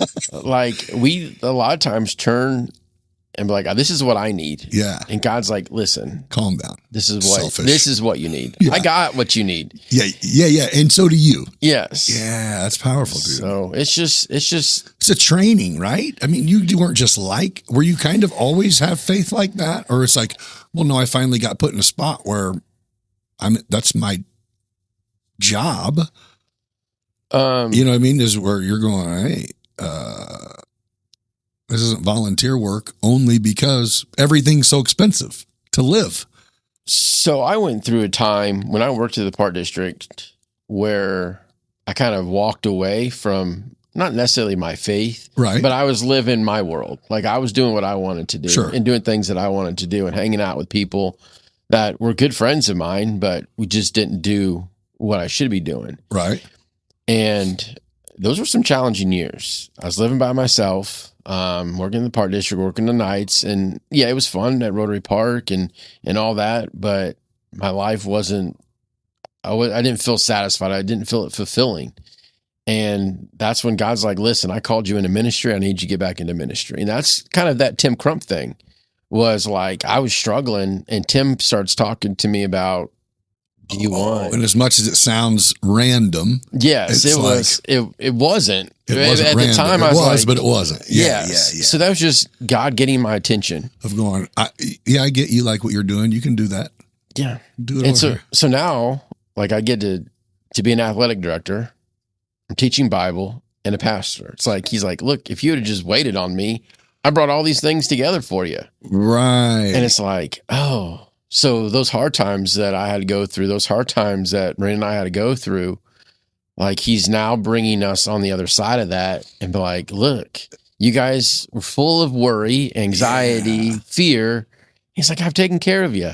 And it does when you see your power bill, you're like, ooh, Lord. Well, no, it's got to be amazing though to go, you've been there enough and counted on God enough and he's came through enough to where when challenges hit, you kind of just go, ooh, this is going to be interesting. Instead of going, oh man. Well, I mean, shit. to be honest, like there are times where I still struggle with that. Right. Like I wish that I had that mentality of like, all right, God, let's That's do what this. faith is though, right? Doesn't make sense. Yeah. If you try to make it make sense, you're going to worry and you're going to. Like we all fall, we all fail. And it's just, how do we respond to that? And so for me, it's like, man, I got to do better. And that's that growing. That's like every day getting into God's word, spending time praying. That brings that faith, that brings that strength in you to where, because there are people that look at the situations and are like, God's got this. And I'm like, really? Right. Dude, my mom. It really is. She's one of those people. Dude. Where I'm like, hey, I didn't need to hear that right now. Yeah. You know, can you tell him he's got this and tell him to let me know? Yeah. I appreciate it. Yeah, she is. I mean, but I used to say this though, and not to cut you off, but I used to be like this. Yeah, Mom, if I was retired with guaranteed money coming in that's going to take care of me, my house is paid off, my cars are paid off, everything was great, then my faith would be stronger too. And she's going, oh, you think that I did all this and then got my faith? Or did God made me in the situation that you think that I'm in, which your description is totally inaccurate? You know, everything's great over there. It's like, is it? Yeah. Have we met? Yeah. But, you know, it is. I think, I don't know. It's easy to try to be in control. Well, I think we all have that desire to be in control. Well, I think if nothing else, who do we blame if we fail? It's us. You blame yourself if you fail. You know what I mean? And if you put it in God's hands and you trust God and it fails, whose fault is it? And the answer is like, it doesn't fail. Yeah. That's the trick. Yeah. You know, so it goes, oh man. Because a lot of times we're blaming God. Like, God, why did you allow this to happen? I know. And so now it's like flipping that switch is like, okay, God, yeah, you got this, and I'm gonna I'm gonna keep trusting you. Right. And again, it's easier said than done. Like I could preach it every Sunday. Listen, God's got everything in control. And then when something bad happens, people are like, I thought God had it in control. And then I'm trying to explain like, well, let's see what happens out of this situation. Yeah. You don't know what he's going to do with it yet. We have a young gal in our church that's lost two babies, and she's on her third one now. And like, she was angry at God. And then she stood up in church about a month ago and says, I'm trusting God with this. She goes, I felt like I wasn't in a relationship with God. Like I was just expecting him to make everything fine. Right. You owe me. Yeah. So Prove now, yourself. So now she's like, I've gone through the bad, and I realized that the one thing I needed was him. And she's coming back to church, and she's got this strong faith, and she's got a, I think, C-section in August, end of August. And it's just like, gosh, man, she's gone through it. Right. And now she's sitting here saying, I was missing the boat because I wasn't trusting God. I just wanted him to give me what I wanted. Right. And so for me, it's like, sometimes that's my wake up call. It's like, man, if she's a young in her 20s, gone through some of the hardest times of her life, like I can't imagine losing the kid. Right. No way. Right. And here she is saying, I trust God with this whole situation. You're like, I should have no problem. We should have no problem. Yeah. Yes. Yeah. And so when you see these people, like that's why God gives us a story, a testimony, is to share with people of what he's brought us out of. Right. And it's cool to see that. And it's like, but yet we still lack the faith at times and be like, all right, you've done this for me, but right now, Lord, I'm worried. Like, right. No, I feel you. Right. Well, and I would go, it used to annoy me that my mom's positive energy, you know, everything will be, or see, told you everything. Or I'd tell her something good happened. She'd be like, oh, praise God. And I'm like, no, I just went and busted my butt and this is what happened. And you know what I mean? I almost didn't like, even though it was almost me just not wanting to say, okay, you're right, Mom. Yeah. Like I already talked to God. He knows he did it. I know he did it. But man, you did tell me everything was going to be okay. But like you said, I mean, it's the middle of summer and I can't afford my power bill. So it's going to be hot for a couple of weeks. It's like, yeah, at the end you didn't die and you got a new this and that. It's like, yeah, it didn't make that easier. Yeah. Yeah. It just made me get through it. But what do you learn? Who do you meet? What happens? Yeah. It's just a maturing thing, man. I think it's tough no matter what. And I really have come to think that I think that my God looks different than my mom's, and it's the same one. Yeah. But you know what I mean? As to where I really do believe that. That's what I had someone in here was like, man, I do pray. He goes, man, I feel like I think I cussed God out one day. And I'm like, yeah, he knows. He knew. Yeah. You know, and I get it though. You know what I mean? To where it's like, no, I understand because I don't learn Hebrew or talk in Bible terminology. I don't do any of that. I talk to God. I just turn the music off and it might be in my brain. I might say it, but I no longer go like, oh, Holy Father, no. I'm just like, dude, thank you for another one, man. You keep me. And I think that's okay. But I also think it's okay to do it however, you know what I mean? If hold hands in a family, whatever. I think there's just more than one way, or there's no wrong way necessarily to kind of go. First of all, this kind of jumps all over the place, but first of all, if we are still alive in this day and age and can walk outside or turn on the TV, there's something. This isn't just science. Yes. You know what I mean? Yeah. It's like, I don't know if it's just getting older and paying more attention, but even people like our age lately that I've talked to in here, I'll ask, do you feel like the older you get, the more in tune with God you get, or the more you recognize it? And everyone's kind of like, well, it's either that or more things we can't explain, you know, whether it's just your kids, seeing your kids, like how the way that makes you feel. That's not something that's just magic. Yeah. You know, it's God's involved in a lot, which I'll probably never stop having a ton of work to do, but I can't imagine the argument of someone who's just an atheist. Yeah. You know what I mean? It's like, what? Yeah. Well, let's go take a walk and just shut up. You're just going to walk out the front door and that's it. And just go like this. Okay. Yeah. Yeah. But, well, one of the things like you said earlier, like when I first became a senior pastor, lead pastor, I was like, I don't use the big words. right. I don't know Greek and Hebrew. I took a Greek class in college, but if you ask me I now, couldn't wait till that exam so I could be done. Yeah. Yeah. But the thing is that God uses us in our own way. Right. Like he just wants us to be real. Right. And so when I preach, I just want to be real with my people. Like, I don't want to be like, listen, I'm not perfect. Like, I got my struggles. I got my habits. I got my things that God's working on me. Like, I am far from perfect. And I don't want people to think that, oh, our pastor should be perfect, because let me tell you, nobody's perfect. Right. Like it says in the scripture that we're going to have trouble, but we're also every day it's a race. We're on a race, and it's a marathon. Right. And so we just got to keep growing day by day, and we're going to have those bumps and bruises. We're going to fall. We're going to fail, but we serve a God that loves us even when we do fail. And he just requires our love, like for him and our obedience. And so that's something that I've learned is like, look, I'm not perfect, and I'm never going to tell anybody that I'm even close to perfect. Right. But it's where our heart is, and he wants us to be real. And so like, that's the thing is like, I've got some of the guys that, which we talked about buddies playing ball with, like when I started going back to Cincy, there's about 3 or 4 guys that I really connected with, like that I played against, didn't really know them. Sure. But it's like, I have like these accountability partners, like on a softball field, like that keep being check. Hey, how are you doing? And it's like, you need that. You need to have people in your life that's checking in on you.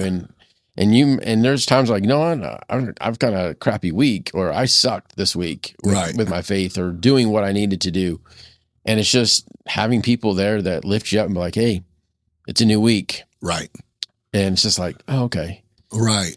So, but it can be frustrating because the things that like that still life. Yeah. Even if everything is in God's hand, we're still living it. Yeah.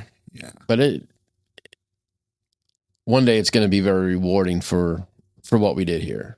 And we might not think we did much, but in God's eyes, he used us in ways that we never could have imagined. Right. I would have never thought I'd be a senior pastor. I was like, I'm going to be a children's pastor till I die. Right. I'm going to be that 80-year-old guy that's a children's pastor. Yeah. Here, let me get my hat with the propeller on it and go. But yeah, you're doing it. Here we are. I think I've been in ministry for like 17 years. You're doing it. Yeah. And it's hard, but I love it.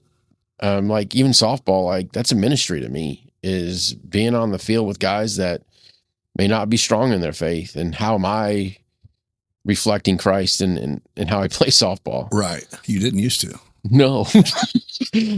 I need you to lead off and get to second. It was by all means necessary, please. It was 2 years ago. We were playing First Christian, and I threw my bat. Ooh. And I walked out, and I got the look from my wife, and she's like, "What the heck are you doing?" And you know, at the time, I'm like, I can't get a hit. Yeah. Like I'm better than trying to wake this. the bat up, babe. What do you think I'm doing? But didn't you just see me? I even took myself out of the game and replaced myself, and I sat there and I was like, "What am I doing?" You're like, "Yep, I'm an idiot." Yeah, I'm the pastor, and I just chucked a bat. And my wife's like, "That's not okay." Yeah. And she was right. And at the end of the night, I was like, "Guys, I'm sorry. I shouldn't have done that. I let my frustrations get to me." And, you know, I don't get a hit every time, but I'm not throwing my bat. I'm like, all right, next time, let's try something different. Yeah. Yeah. But it's amazing just how people watch you. Right. Yeah. Yeah. Oh, I can imagine to where, they're going, this is the guy. I'm going to go Sunday to hear what he preaches on. Yeah, no kidding. Right. Yeah. But the funny thing is, I even shared that with my congregation. I was like, I made a mistake. Yeah. Here's how this went. Yeah. Yeah. And like some of the people who are in my congregation were like, yeah, that was a bad idea that you did, because they were there. And I was like, what kind of idiot am I? But it's just like, you know, I reacted wrongly, and that's it. I'm human. Yeah. No, that's valuable. Yeah. That's valuable. I think that's it. We do have the tendency, especially the bigger the church is, of going, this is the lead. I guess you are the leader of the church, but you know, you don't have like the secret line, and you know, and we don't have to go to you to go, hey man, can you tell God, I know you're a pastor, so God loves you. Can you tell him to help a brother out? Yeah. Let me get the lotto numbers this week. Yeah. Well, if that's the case, I'm playing. You're like, I will gamble that week. And I will spread the wealth. Yes. Yeah. Well, dude, I'm going to get you out of here. I really appreciate you coming in and just catching up and talking, dude. I've missed you. And, yeah. I think it's really cool. You're doing great things. You're sure to turn this little gig to get away from the park district into serving God for your whole life. Yeah. However, that looks ball like rolled. Yeah. So it's busy, and like once school starts, it's on games. It's busy. Yeah. But I love it. Yeah, like you're good at it. I can't sit around and do nothing. Right. You're right. Yeah. So, well, yeah. It's good to see you. But, well, for anybody watching this that needs a church home or needs to maybe heard him just now and wants to give it a shot, go out there off 36. It's right there before you get to Mount Zion on the north side of 36, Trinity Nazarene. You'll see it. Is a bus still sitting out there? No, we got rid of the bus. Yeah, well, so that's where nobody know where you're at no more. Nobody knows. So I always tell people Ruby Tuesdays. It used to be right across the street. But the hot dog place, whatever. What is that now? It's nothing. Okay. It was the hot dog place, but that lasted about 6 months. And can't have $20 hot dogs, bro. No. They were good, but it was like I just bought 2 hot dogs, and that was $46. It's never mind. Like buying a hot dog at a ballpark, right? Except for you just are watching traffic. No. Yeah. Well, again, no. Thanks for coming in, and anybody wants to check this guy out, check Justin out, man. Thank you for joining me on another episode of Beyond Business, and until the next one, be kind. Hey, thank you all for joining me for that great episode, that great sit down, and that great conversation. I appreciate you all for watching. Before I let you go, though, let's just get one more word from the sponsors that bring this show to you. At Midwest Lightning Rods, we specialize in the design and installation of lightning protection systems. A lightning protection system works by providing a controlled and safe path for the lightning to follow to the ground, thereby protecting structures and people from its damaging effects. Lightning damage can range from destroying electrical appliances to starting fires and destroying homes, and at times even being fatal. We have established that many homeowners are unaware of the potential of damage, but also that a solution exists. Reach out to us and let us get you a quote to get you protected. Depending on your insurance company, you may get a discount on your homeowners for having a certified system installed. And either way, you will have an idea of what to consider to make sure you and your family, as well as all your stuff, is safe when Mother Nature decides to blow a thunderstorm our way, as she always does here in the Midwest this time of year. Give us a call and arrange your free estimate at 217-872-4676. Lightning Strikes WeProtect.com or find us on Facebook. Attention home or building owners with rooftop solar panels. It is your responsibility as the structure and solar system owner to clean, inspect, and overall, maintain your panels in order for them to maintain warranty and maximum energy production. Aerial Elite Solutions has an affordable solar panel inspection solution just for homeowners. Contact Aerial Elite Solutions at flyaes.com for more information and to get your solar system inspection scheduled. With Opus Clips, you don't have to be a video editing whiz to create stunning clips that resonate with your audience. This intuitive app does all the heavy lifting for you, automatically crafting highlights that shine perfect for social media, marketing campaigns, or simply sharing your creative genius with the world. Scan this QR code or head over to the link in the description to unlock your full potential of Opus Clip. Let your creativity flow and watch your engagement soar. Your brand deserves to shine, and Opus Clip is here to help you do just that.